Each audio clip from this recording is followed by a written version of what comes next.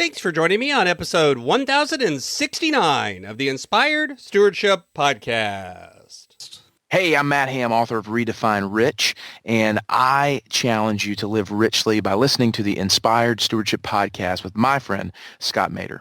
The ripples that spread out into the world. That's why I ask that question when I'm interviewing people about what do you hope your impact has been? Because the ripples that we put out into the world are so incredibly massive, and yet we underestimate what they are. And that is the real benefit of giving. Welcome and thank you for joining us on the Inspired Stewardship Podcast. If you truly desire to become the person who God wants you to be, then you must learn to use your time, your talent, and your treasures for your true calling. In the Inspired Stewardship Podcast, you will learn to invest in yourself, invest in others, and develop your influence so that you can impact the world. In today's episode about developing your influence through stewarding your talent, I talk with you about why giving is beneficial to your physical health. I also share why giving is beneficial to your psychological health. And I talk about why you should do it even if it had no benefit like that at all. You've heard me talk about developing your talent, and one of the best ways to do that is through books. But if you're like most people today, it's hard to find the time to read. And that's why today's podcast is brought to you by Audible. Go to inspiredstewardship.com/audible to sign up, and you can get a 30-day free trial. There's over 180,000 titles to choose from, and you can pick one and listen your way to developing your talents via Audible.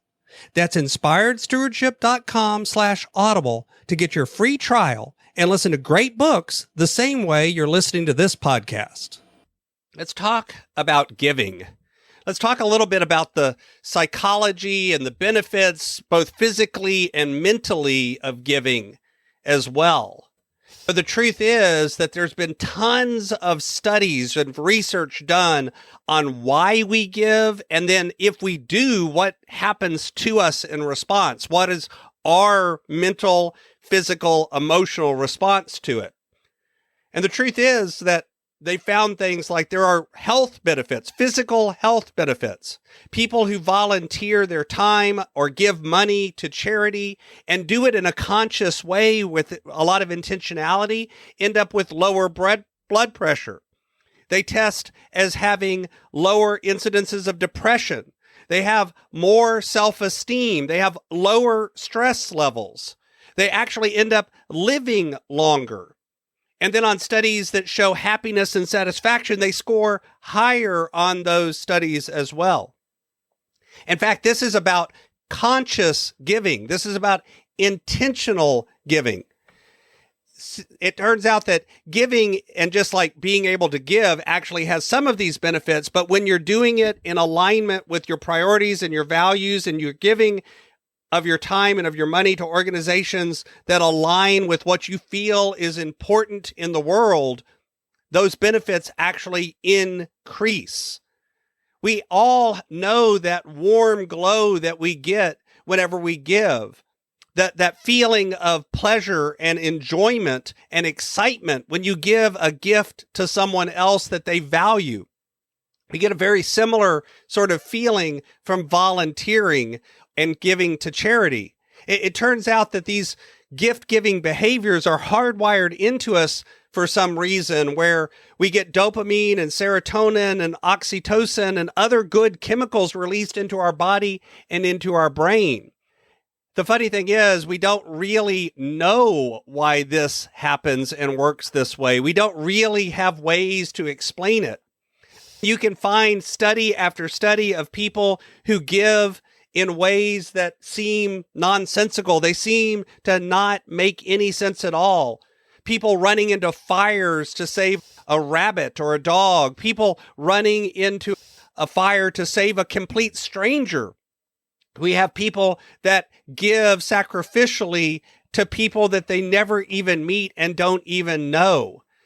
And so we've been researching, why does this happen? So usually that research that means they look at things like money as an example. And there's one example experiment where they call it the dictator game, where one person, the dictator, is given a certain amount of money and said, you can split it up any way you want to with this anonymous person. There's another person in the other room. You can give them zero. You can give them all of it. What would you like to do? And the truth is, what happens in most cases is the dictator will actually give some of that money, sometimes a significant amount of that money, to this total stranger who they'll never meet. They used to explain this as the idea that we have a feeling that inequity, imbalance, is something that we're against. There's a social preference to bringing about balance. But as they've looked at it deeper, there is a motivation around that, but it's not because of economic consequences. It's not because of monetary consequences. It seems that they're actually motivated by some sort of feeling of rightness, that this is the morally right thing to do. And there's further studies that have been done that says whenever somebody who has a viewpoint of charity and giving, somebody who's been giving already, somebody who maybe has that outlook and make sure that giving is something they always do, actually is more likely to give in that sort of dictator situation. It correlates strongly with how we feel about giving. This is one of the reasons that building the habit of volunteering and giving is so important, is because it develops those, quote, mental muscles of making us behave in ways that help those around us. It does actually lead to a sort of feeling of giving is the right thing to do. It reinforces itself. That's why even if giving had no health benefits, even if there was no mental or physical benefits to yourself, even if you got absolutely nothing from giving, it would still be beneficial because it builds the sort of society that actually begins to care about each other. It helps all of us when all of us begin to look for ways to give. And yet we often don't think of it that way. We don't think of the larger implications on the world as a whole. Because remember, the people that you help today are going to be helping someone else tomorrow. The ripples that spread out into the world. That's why I ask that question when I'm interviewing people about what do you hope your impact has been? Because the ripples that we put out into the world are so incredibly massive, and yet we underestimate what they are. And that is the real benefit of giving. Thanks for listening. Thanks so much for listening to the Inspired Stewardship Podcast. As a subscriber and listener, we challenge you to not just sit back and passively listen, but act on what you've heard and find a way to live your calling.